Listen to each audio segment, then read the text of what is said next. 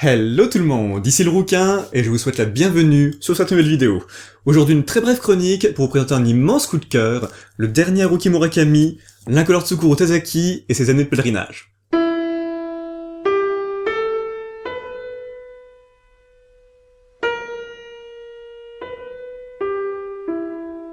Alors l'incolore Tsukuru Tazaki et ses années de pèlerinage, c'est sorti le 4 septembre dernier aux éditions Belfond, et dire que c'était un des romans les plus prometteurs de la rentrée littéraire de septembre dernier, c'est un doux euphémisme. Si vous avez déjà lu un de ses nombreux livres, vous savez sans doute de quoi je parle, sinon vous avez peut-être entendu parler de sa dernière trilogie en date, 1984, son souffle romanesque, sa poésie, son inventivité. Sinon, si je devais résumer ce que fait Murakami, je dirais qu'il fait des livres-mondes très denses, très riches, captivants, et qui surtout forcent mon admiration. Et cette fois-ci, de quoi nous parle-t-il ? Il est question d'un groupe très soudé de 5 adolescents jeunes adultes,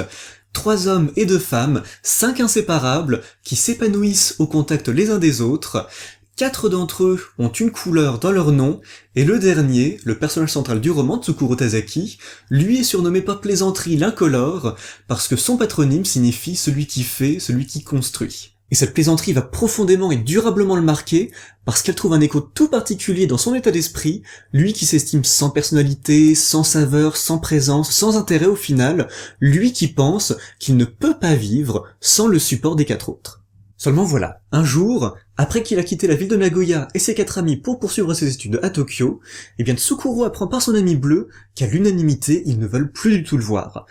Tsukuru, sous le choc, se contente d'acquiescer et d'accepter la nouvelle, sans broncher ni chercher à comprendre ce qui a pu motiver cette décision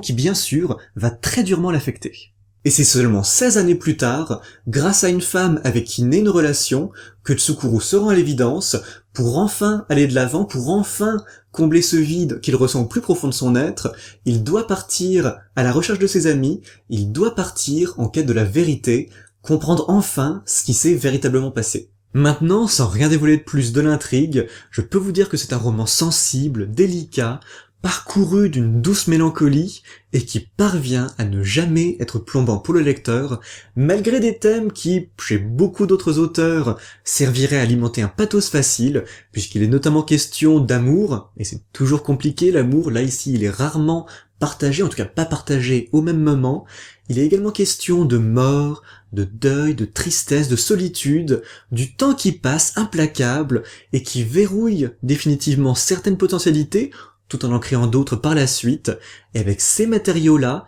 Haruki Murakami parvient à faire un roman lumineux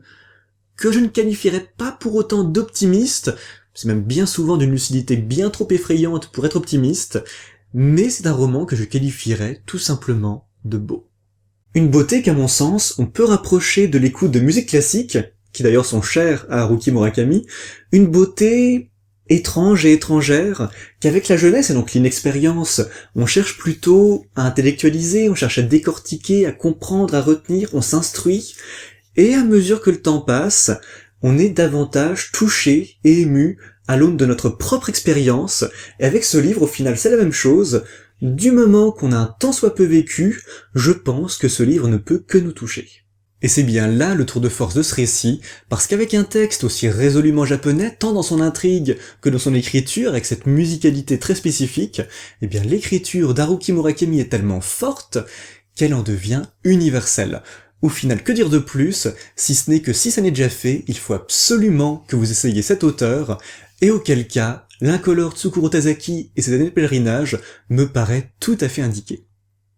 Voilà qui conclut cette chronique, j'espère qu'elle vous a plu, si c'est le cas n'oubliez surtout pas de lui laisser un like et de la partager autour de vous, et quant à moi je vous retrouve dans la prochaine vidéo. Ciao bye.